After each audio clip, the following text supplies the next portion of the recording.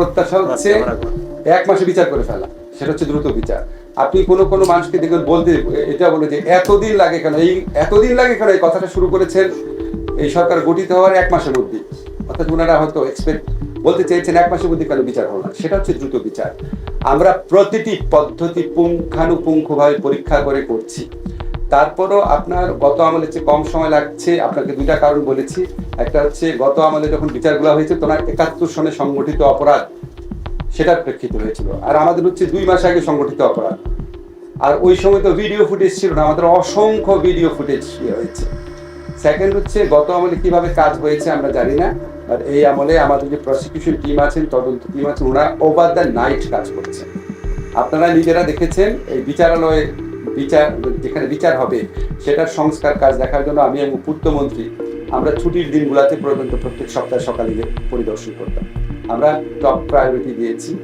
আর আমাদের এখানে যেহেতু অনেক বেশি প্রমাণ, অনেক তাজা প্রমাণ, অনেক বেশি এবং অনেক তাজা প্রমাণ এবং অনেক অত্যন্ত অকাট্য প্রমাণ রয়েছে, সেই জন্য আপনার আগের সময়ের তুলনায় কিছুটা কম সময় লাগতে পারে। এখানে মোটেও কোনো বিচারের স্বার্থকে জলাঞ্জলি দিয়ে বিন্দু মাত্র তাড়াহুড়া করা হচ্ছে না। তাহলে তো ওই তাড়াহুড়া করলে তো 2 মাসে বিচার করা সম্ভব। স্যার, এর আগে আপনি বলেছিলেন সাবেক প্রধানমন্ত্রীকে ফিরিয়ে আনার ব্যাপারে রেড অ্যালার্ট জারি করা। কয়েকদিন আগে বিবিসি একটা রিপোর্ট করেছে, সেখানে কলকাতার প্রতিনিধি বলেছে যে আওয়ামী লীগের শীর্ষস্থানীয় অন্তত 200 নেতা কর্মী যারা মন্ত্রী ছিলেন তারা আছেন কলকাতাতেই এবং তৃণমূলের প্রায় 1000 আছে। তাহলে এই যারা সাবেক মন্ত্রী ছিলেন তাদের ফিরিয়ে আনার ব্যাপারে আমি আপনাকে একটু ক্ল্যারিফাই করি। একটা হচ্ছে আমরা তো আমাদের এক্সট্রাডিশন ট্রিটি অনুযায়ী সাবেক প্রধানমন্ত্রীকে প্রত্যার্পণ করতে বলেছি। আর এটা হচ্ছে ইন্টারপোলের মাধ্যমে রেড অ্যালার্ট যেটা জারি, সেটা আমাদের তরফের যে ব্যবস্থাটা সেটা আমরা নিয়েছিলাম। হয়তো গত মিটিংয়ে আমি খুব ভালো মতো বলতে পারি নাই, বা হয়তো ইনক্লারিটি ছিল। আমাদের তরফ থেকে যে চিঠি লেখালেখি সেটা আমরা করেছি। এখন ইন্টারপোল রেড অ্যালার্ট এখনো জারি করেছে কিনা সেটা আমাদের কাছে সুনিশ্চিত তথ্য নাই। ওদেরও অনেক প্রক্রিয়া থাকে, অনেক কিছু থাকে, অনেক স্ক্রুটিনি থাকে, কিন্তু আমাদের তরফ থেকে যে অনুরোধপত্র বা আনুষ্ঠানিকতা সেটা আমরা সম্পন্ন করেছি। এখন আমরা বিচার কাজ শুরু হলে অন্যান্যদের, বিশেষ করে আইসিটি বিচার কাজ শেষ হলে তো সাথে সাথেই ইভেন বিচার কার্য চলাকালীন সময় যদি কখনো আদালত মনে করে যে তাদের এক্সট্রাডিশন প্রয়োজন, সেরকম কোনো আমাদের কাছে মেসেজ আসলে প্রসিকিউটর অফিসের মাধ্যমে সাথে সাথে এক্সট্রাডিশন চাওয়া হবে।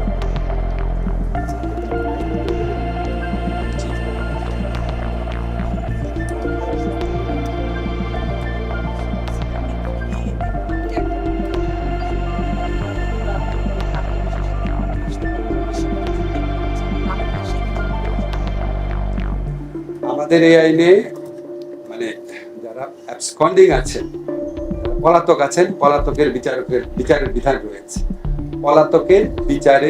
রয়েছে। তো সাধারণ খুনের ক্ষেত্রেও রয়েছে, আপনারা জানেন। তো পালিয়ে থাকলে কি তার বিচার হয় না? এখন আমরা তো আনার সর্বাত্মক চেষ্টা করছি।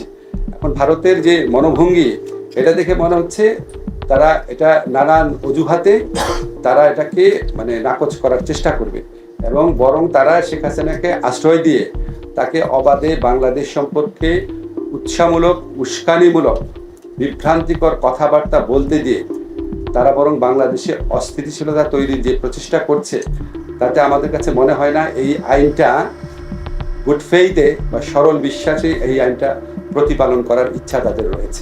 আমরা আমাদের দাবি জানাতে থাকি। আজকের প্রেস কনফারেন্সটা কিন্তু সমসাময়িক, আমাদের হিসেবে বলা হয়েছে প্রশ্ন করতে চাই স্যার।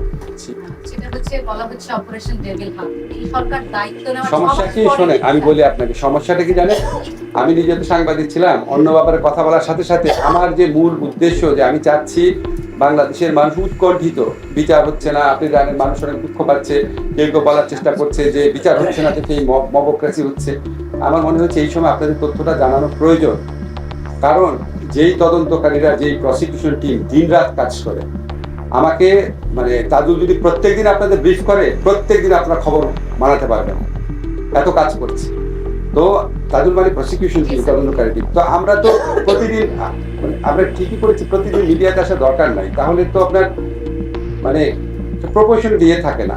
এখন আমি যদি এটা আমি জানি, আমি তো সাংবাদিক, তো জানি তো আপনাদের, আমি অন্য একটা ব্যাপারে প্রশ্ন করা মাত্র দেখা যাবে হেডিং হয়েছে, সেটা এই তথ্যগুলা জানান, ঠিক আছে।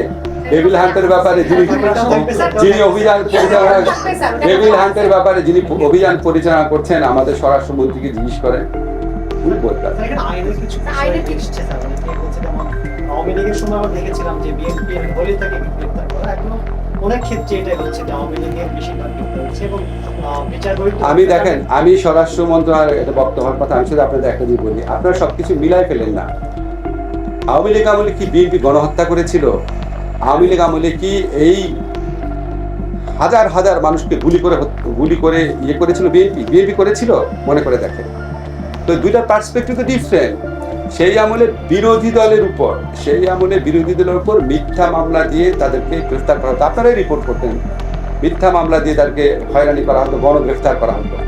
এখন এই আমলে যেই আপনারা অপারেশনের কথা শুনছেন, এটা কিন্তু এই এত বড় মানবতা বিরোধী অপরাধ, এত বড় হত্যাকাণ্ড, এটার পরপরই শুরু করা হয় নাই। আপনারা খেয়াল করে দেখেন গত কিছুদিনের কার্যাবলী।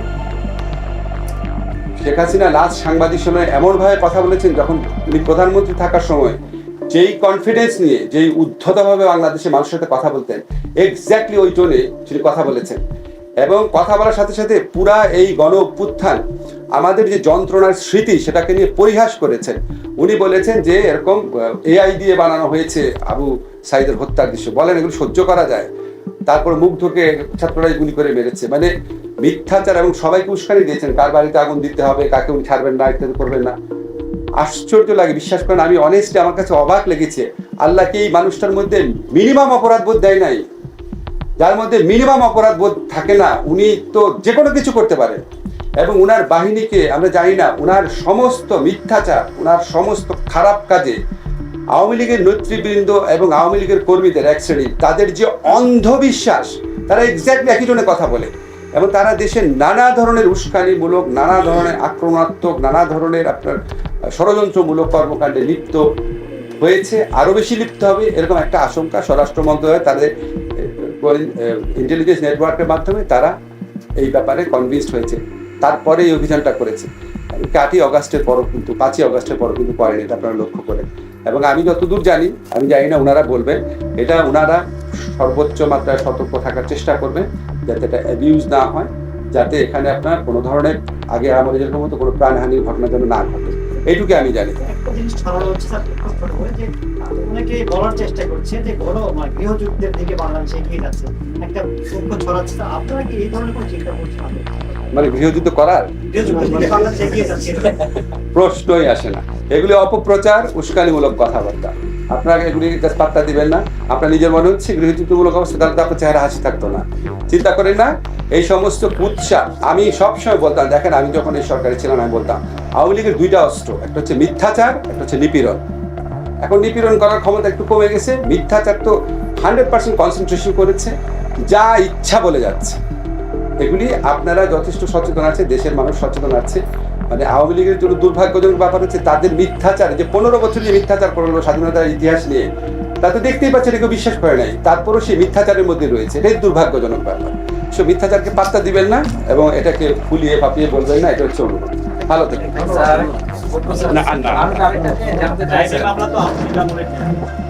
জি। গায়েবী মামলা হচ্ছে আওয়ামী লীগ আমলে দায়েরকৃত রাজনৈতিক নিপীড়নের উদ্দেশ্যে দায়েরকৃত গায়েবী মামলা।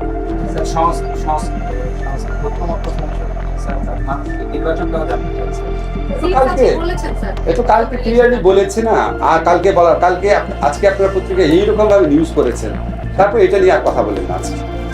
ভালো।